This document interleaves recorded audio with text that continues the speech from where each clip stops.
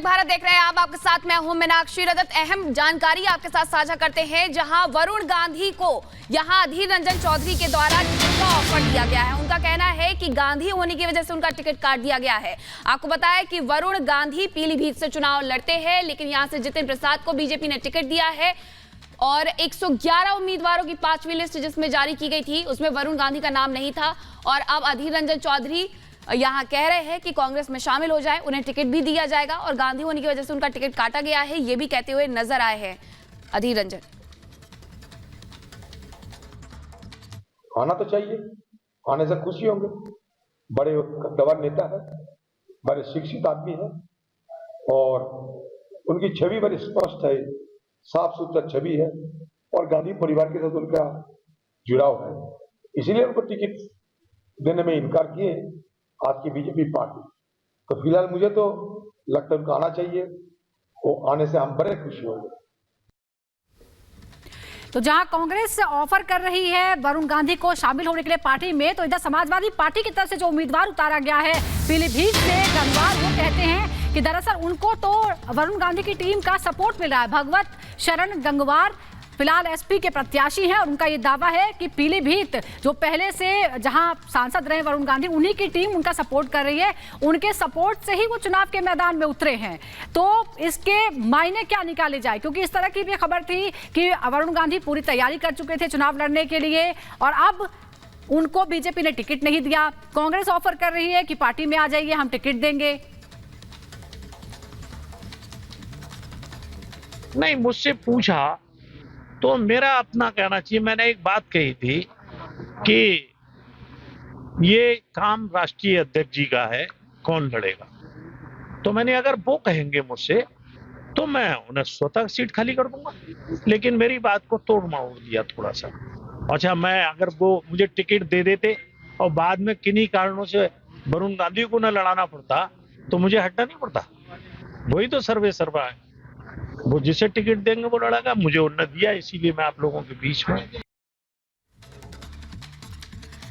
और इसी बीच अगली बड़ी खबर आपको बता दें, मेरठ से टिकट पाकर अरुण गोविल ने खुशी व्यक्त की है और कहा है कि बहुत बड़ी जिम्मेदारी मिली है।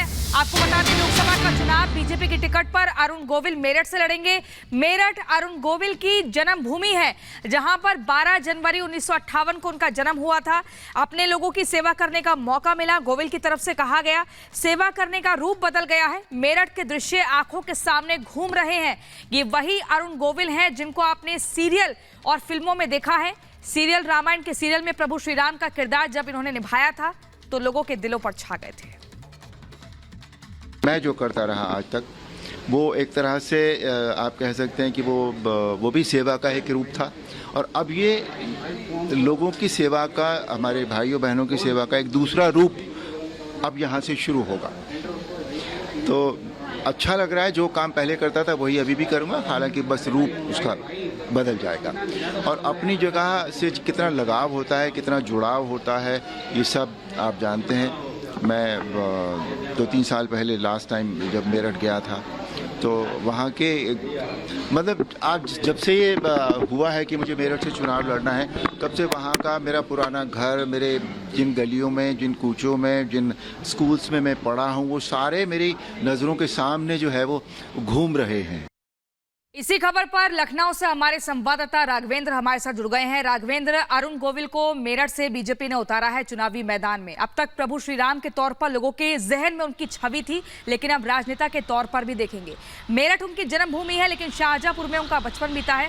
लोगों के बीच किस तरह का संदेश पहुंचा और किस तरह से वो अपनी प्रतिक्रियाओं को व्यक्त कर रहे हैं?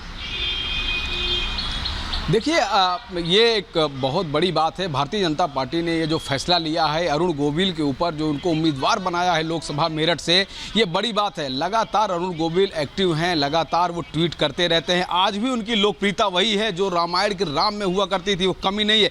कहीं भी जब अरुण गोविल जाते हैं, चाहे एयरपोर्ट हो या बस स्टैंड, रेलवे, कहीं भी अगर वो मिलते हैं तो लोग उसी समर्पण भावना से उनके साथ मिलते हैं, उनके साथ फोटो खिंचवाते हैं। और कई ऐसे वीडियो वायरल हुए हैं जहाँ पर लोग एकदम साष्टांग उनको क्या कहते हैं, उनका पैर छूने का काम किए हैं, चरण छूने का काम किए हैं। तो कहीं न कहीं लोगों में जो भावनाएं हैं वही हैं। खुद अरुण गोविल का कहना है कि हमारा काम करने का जरूर तरीका बदल गया है, लेकिन जैसे पहले मैं समर्पित था वैसे अभी मैं समर्पित होकर आगे बढ़ूंगा। लेकिन यह बहुत बड़ी बात है, जिस तरह से उत्तर प्रदेश में राममय माहौल है, राम मंदिर प्राण प्रतिष्ठा का कार्यक्रम भी हो चुका है।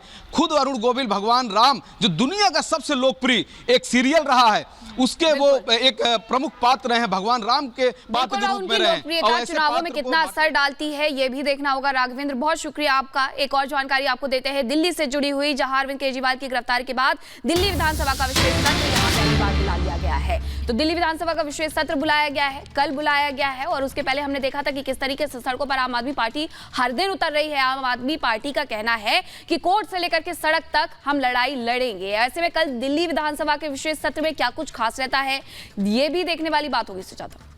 बिल्कुल, तो आपको बता दें कि दरअसल जब गिरफ्तारी हुई थी उस दौरान भी इस तरह की बात कही गई थी, हालांकि उसे टाल दिया गया था। पर अब बड़ा सवाल ये पैदा होता है कि किसने ये सत्र बुलाया है। कल दिल्ली विधानसभा का सत्र होगा।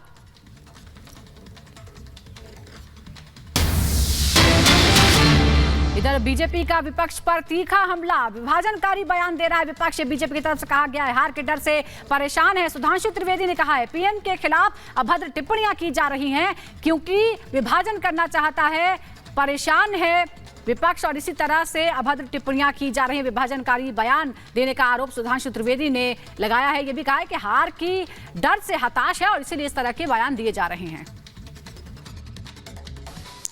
लोकसभा चुनाव की प्रक्रिया जो जो आगे बढ़ती जा रही है, त्यों अपनी हार को निश्चय देखते हुए इंडी गठबंधन के नेताओं की निराशा, हताशा और कुंठा इस तथाकथित मोहब्बत की दुकान के अंदर से एक जहरीली जुबान के रूप में सामने आती जा रही है। पहले भी प्रधानमंत्री श्री नरेंद्र मोदी जी के प्रति एहसास कमतरी यानी इंफीरियरिटी कॉम्प्लेक्स, ईर्ष्या और ग्लानि के कारण अनेक प्रकार के आपत्तिजनक, अभद्र, निंदनीय बयान दिए गए। परंतु अब ऐसा प्रतीत होता है कि इस तथाकथित मोहब्बत की दुकान में सिर्फ जहरीले सामान ही नहीं है, ये किसी सियासी फरमान का हिस्सा है। मतलब there is a possibility of a political dictate which is being given from the top to carry on giving these type of dastardly statements not only against Prime Minister Shri Narendra Modi ji but going to the extent of creating a divisive mindset among the people of the country। यानी अब सिर्फ प्रधानमंत्री श्री नरेंद्र मोदी जी के प्रति अवमानना और इसके बयान से आगे बढ़कर भारत के अंदर विभेदकारी, विभाजनकारी। ट्विटर पर मेरा नाम का दुरुपयोग करके एक पैरोडी अकाउंट चलाया जा रहा है, सुप्रिया पैरोडी के नाम से। भले ही सुप्रिया श्रीनेती जी अभी डिनाई कर लें, इनकार कर लें कि उनका अकाउंट हैक हुआ है। ये ऐसी घिनौनी सोच है, ये अस्वीकार्य है, परंतु ये कांग्रेस की मानसिकता को झलकाता है।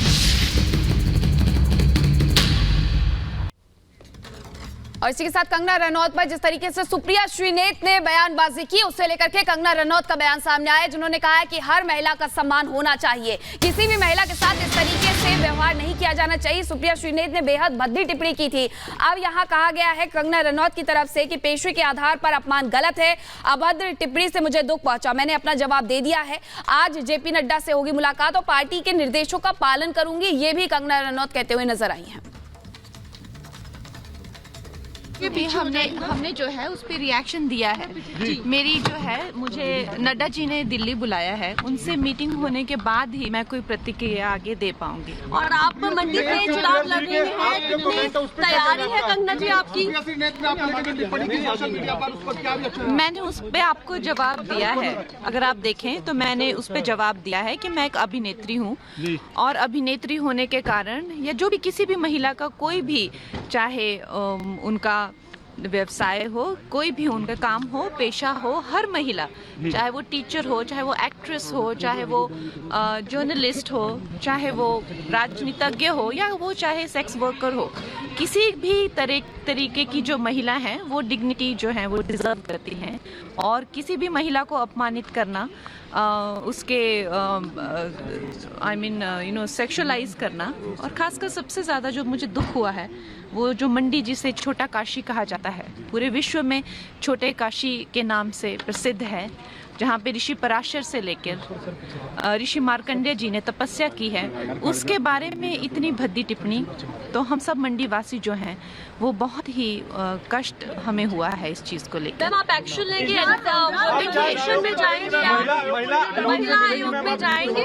देखिए, मुझे नड्डा जी ने बुलाया है, वो मुझसे मीटिंग करेंगे, और आप इसकी भी आप गरिमा रखिए कि अब मैं जो हूँ वो पार्टी से आगे या पीछे नहीं चल सकती हूँ, मुझे उनके साथ चलना पड़ेगा, उनके इंस्ट्रक्शंस के साथ चलना पड़ेगा। तो आप, हाँ जी, उन्होंने मुझे बोला लीगल एक्शन लेंगे। मैम, क्या लेंगे? मुझे वो जाकर बताएंगे। आपको पता है ये घटना, पिछली रात तो मुझे टिकट मिला, उससे अगली रात जो है ये घटना हो गई, तो आज मैं नड्डा जी से मिलने जा रही हूँ, तो आप भी थोड़ा संयम रखिए। तो टिकट मिलने के बाद दिल्ली पहुंच गई हैं कंगना रनौत, आज जेपी नड्डा से मुलाकात करने वाली, लेकिन उनके जो बयान है उसको लेकर विवाद बढ़ता ही जा रहा है। और हमारी सहयोगी अनामिका पांडे इस वक्त मंडी से ही हमारे साथ जुड़ गई। अनामिका, मंडी 4 सीटों में से एक सीट है जो बीजेपी नहीं जीत पाई थी पिछली बार। अब कंगना रनौत जो बहुत ही पॉपुलर चेहरा है उनको उम्मीदवार बनाया गया, और जो विवाद है उसे लेकर किस तरह का माहौल, किस तरह की भावना है स्थानीय लोगों की? कुल 4 लोकसभा सीटें हैं हिमाचल में सुजाता, और इसमें से एक सीट अभी तक हाई प्रोफाइल मानी जाती थी, वो थी हमीरपुर की अनुराग ठाकुर की। लेकिन अब मंडी सीट भी हाई प्रोफाइल इसलिए क्योंकि कंगना रनौत को टिकट दिया गया है, और ये सीट अभी क्योंकि कांग्रेस के पास है, ऐसे में भारतीय जनता पार्टी के लिए चुनौती ये भी थी कि कैसे कांग्रेस से ये सीट भारतीय जनता पार्टी के पाले में लेकर आई जाए। मंडी की रहने वाली है कंगना, उनको टिकट दिया गया है, लेकिन जिस तरह से बयान दिया गया है कंगना को लेके, या फिर सोशल मीडिया पे जो बातें लिखी गई हैं उसको लेकर, केवल मंडी के लोगों में ही नहीं बल्कि यहाँ जो टूरिस्ट आ रहे हैं, जब हम उनसे बात कर रहे हैं, उनमें भी नाराजगी है। वो ये कह रहे हैं कि हम इस बयान को एक महिला से जोड़कर देख रहे हैं, ये अभिनेत्री को लेकर या किसी नेता को लेकर बयान नहीं दिया गया है, बल्कि ये अपमान महिलाओं का है। आप दे रही हैं, आप लोगों से भी बातचीत की, लेकिन इसी बीच अपने दर्शकों को एक बड़ी खबर बता दें। पंजाब के रण से ये बड़ी खबर है, पंजाब में अकेले चुनाव लड़ेगी बीजेपी। पंजाब बीजेपी अध्यक्ष सुनील जाखड़ का ऐलान, कोई गठबंधन नहीं होगा। जाखड़ ने कहा है 13 सीटों पर अकेले चुनाव लड़ेंगे। जाखड़ का कहना है कि पंजाब में बीजेपी और अकाली दल के गठबंधन की कोई भी अटकलें अब नहीं है, उन पर विराम लग चुका है। आपको बता दें 2019 में दोनों ने साथ में चुनाव लड़ा था, लेकिन इस बार अकेले दम पर लड़ेगी बीजेपी।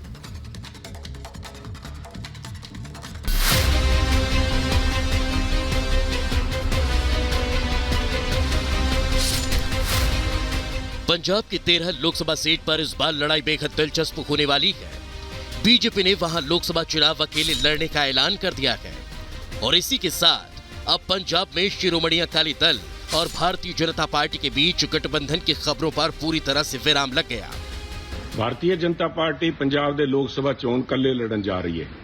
ਆ ਫੈਸਲਾ ਪਾਰਟੀ ਨੇ ਲੋਕਾਂ ਦੀ ਰਾਏ, ਪਾਰਟੀ ਦੇ ਵਰਕਰਸ ਦੀ ਰਾਏ, ਲੀਡਰ ਸਾਹਿਬਾਨ ਦੀ ਵੱਖ-ਵੱਖ ਰਾਏ, ਉਹਨਾਂ ਸਾਰਿਆਂ ਨੂੰ ਲੈ ਕੇ ਉਹਦੇ ਬਾਅਦ ਪੰਜਾਬ ਦੇ ਭਵਿੱਖ, ਪੰਜਾਬ ਦੀ ਜਵਾਨੀ, ਪੰਜਾਬ ਦੀ ਕਿਸਾਨੀ, ਪੰਜਾਬ ਦੇ ਵਪਾਰੀ, ਪੰਜਾਬ ਦੇ ਸਨਅਤਕਾਰ, ਪੰਜਾਬ ਦੇ ਮਜ਼ਦੂਰ, ਸਾਡਾ ਪਿਛੜਿਆ ਵਰਗ, ਸਾਰਿਆਂ ਦੀ ਬਿਹਤਰੀ ਵਾਸਤੇ, ਇੱਕ ਉਜਵਲ ਭਵਿੱਖ ਵਾਸਤੇ ਆ ਫੈਸਲਾ ਲਿਆ।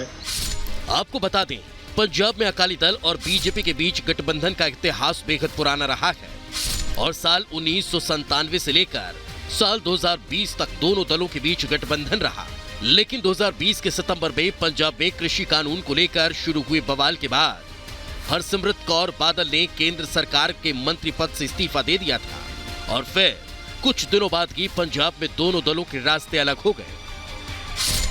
हालांकि केंद्र सरकार ने बाद में कृषि कानूनों को वापस ले लिया, लेकिन इस बार जो दोनों दलों का गठबंधन टूटा, तो पंजाब विधानसभा चुनाव भी दोनों ने अलग अलग ही लड़ा। पंजाब में एसएडी बीजेपी की राहें जुदा, सीट बंटवारे पर फेल हुआ फॉर्मूला। सूत्रों की माने तो पंजाब में बीजेपी और शिरोमणि अकाली दल के बीच सीट बंटवारे को लेकर